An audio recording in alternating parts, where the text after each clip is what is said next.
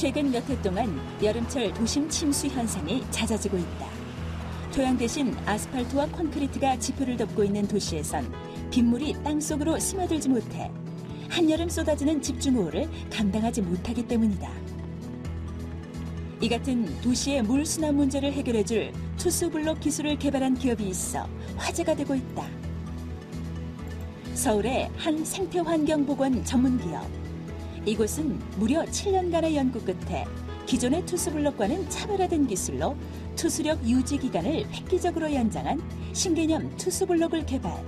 기업 초기의 어려움을 극복하고 현재 제2의 창업을 맡고 있는 곳이다. 초기에 특히 하천 생태보건 자재를 생산해왔었습니다. 특히나 4대강 복원이라고 하는 것이 저희들은 큰 기회가 될 거라고 생각하고 준비해왔는데 실제 4대강 사업이 토목공사 위주로 끝나다 보니까 저희들한테는 오히려 악재가 될 수밖에 없었고 사실 회사는 위기에 처하게 됐습니다. 그래서 다른 방향으로 우리가 선회를 하게 되는데 그중에 하나가 바로 도시의 물순환입니다. 도시의 물순환 문제를 고민하던 최경영 대표와 이곳 연구진들이 오랜 연구 끝에 개발한 신개념 투수블록은 블록과 블록의 틈새를 이용해 빗물을 투수시키는 결합 틈새 투수블록이다. 이는 기존 투수블록이 가지는 한계점을 해결하기 위해 최경영 대표와 이곳 연구진들이 기술 연구에 매진해온 결과물이기도 한데 결합 틈새 투수블록이 가지는 가장 큰 장점은 블록 자체의 공극을 통해 빗물이 투수됨으로써 생기는 기존 투수블록의 막힘 현상을 해결할 수 있게 됐다는 점이다. 도시의 물순환을 위해서 투수블록을 생산하고 있었고 투수블록을 지속적으로 품질을 개량하기 위해서 노력을 많이 해왔었어요. 그런데 기존 투수블록은 아무리 성능을 개선을 하더라도 막히는 현상을 도저히 그 방식으로는 해결할 수가 없었습니다. 저희들이 기존 방법하고는 전혀 다른 아예 생각을 뒤집은 그런 전혀 새로운 방식의 블록을 개발할 수 있었습니다. 그렇다면 결합 틈새 투수블록이 어떤 차이점을 가지는지 불투수블록과 기존의 투수블록과의 비교를 통해 직접 알아보도록 하자. 불투수블록은 단면에서 볼 수 있듯이 빗물이 스며들 공간이 전혀 없다. 다공성 소재를 사용해 만든 기존의 투수블록이다. 단면에 보이는 작은 틈새를 통해 빗물이 표면으로부터 땅속으로 스며들 수 있는 구조다. 이와 달리 결합 틈새 투수블록은 빗물의 지하 침투 원리를 블록과 블록의 결합 구조에서 찾아볼 수 있는데 블록과 블록의 결합에서 생기는 틈을 통해 빗물이 땅속으로 빠지는 원리다. 그 원리를 결합 틈새 투수블록을 보도에 시공했을 때의 단면도를 통해 좀 더 쉽게 살펴볼 수 있다. 블록 아래에 공간이 있어 흙이나 먼지가 투입돼도 틈새가 막히지 않아 기존 투수블록에서 볼 수 있었던 막힘 현상이 없는 것이다. 이와 같은 차이점에 의해 투수력에도 차이를 보이는데 기존의 투수블록과 결합 틈새 투수블록에 같은 양의 물을 뿌려 그 결과를 살펴보도록 하자. 두 투수블록의 표면에 동시에 물을 흘려보았다. 다공성 소재를 사용한 기존 투수블록의 경우 물을 뿌리자 표면에 난 틈 사이로 물이 조금씩 스며들고 결합 틈새 투수블록의 경우 블록과 블록 사이의 틈새를 통해 아래로 투수된다. 투수블록의 성능을 평가할 때 또 하나 중요한 기준은 투수력의 유지 기간이다. 시공 초기와 시공 3개월이 지난 투수블록 표면에 각각 원기둥을 세워 같은 양의 물을 부은 뒤 시간에 따라 어떤 차이를 보이는지 살펴본다. 시간이 지남에 따라 각각의 원기둥에서 줄어드는 물의 양의 차이를 한눈에 확인할 수 있는데 시공 초기 투수블록의 경우 물이 빠른 속도로 줄어들어 1분 경과 후 원기둥은 완전히 비게 되지만 시공 3개월이 지난 투수블록의 경우 여전히 많은 양의 물이 남아있음을 볼 수 있다. 그렇다면 기존 투수블록의 투수력이 시공 후 시간이 지남에 따라 떨어지는 이유는 어디에 있을까? 기존의 자체 투수블록은 물이 그 블록 면 자체로 투수가 돼야 되기 때문에 그 빗물이 빠져나가는 그 공간 자체가 굉장히 미세합니다.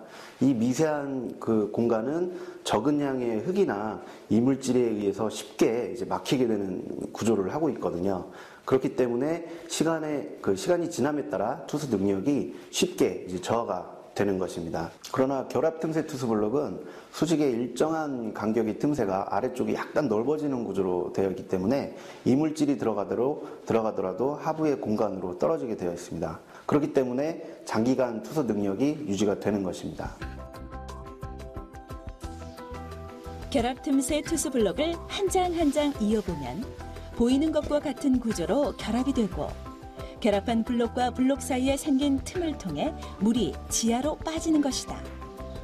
또한 이러한 구조적 차이에 의해 기존 투수 블록에서 생기는 막힘 현상이 줄어들어 투수력 유지 기간을 연장할 수 있는 것이다. 이 같은 기술력은 최근 브라질, 중국 등과 기술 협약을 체결하며 해외에서도 인정받고 있는데 국내에서 역시 이 기술에 대한 관심이 높아지고 있다. 서울시가 불투수 개발을 중단하고 올해 6개 지역에 대해 투수블록 포장 계획을 발표하면서부터다.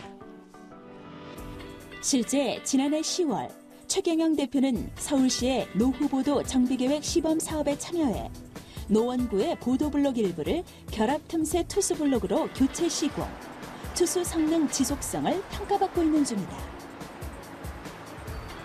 이곳은 지난해 10월 노후 보도를 결합 틈새 투수 블록으로 교체 시공한 현장이다. 최경영 대표가 결합 틈새 투수 블록의 기술연구원과 함께 직접 이곳을 찾았다. 공격이 그대로 좀 살아있으니까 이 시험이 끝난다고 하더라도 1년... 보도면을 두루 살피고 있는 최경영 대표. 뭔가 보여줄 게 있다는데. 여기는 서울시에서 지난 2013년 10월에 여러 가지 다공성 블록들을 시험도로 시공한 데입니다. 저희들이 이제 시공한 지 한 4개월 정도가 되는데 오늘 4개월 지난 현재에서 물이 잘 빠지는지를 우리 사수차를 대동해서 한번 현장에서 보여드리려고 왔습니다. 결합 틈새 투수 블록의 투수 성능. 연구실이 아닌 실제 적용 현장에서는 어떻게 나타날까?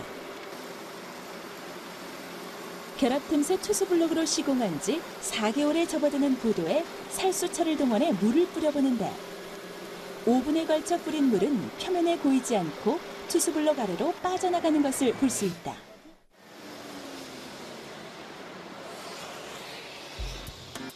물 뿌리기를 중단한 직후에 살펴본 보도면이다.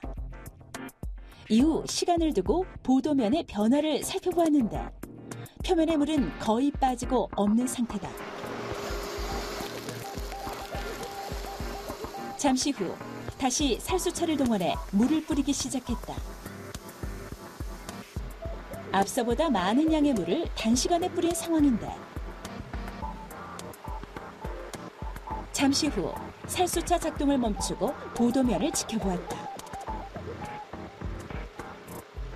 표면에 남아있던 물기도 블록 틈새로 빠져 거의 사라지고 없다.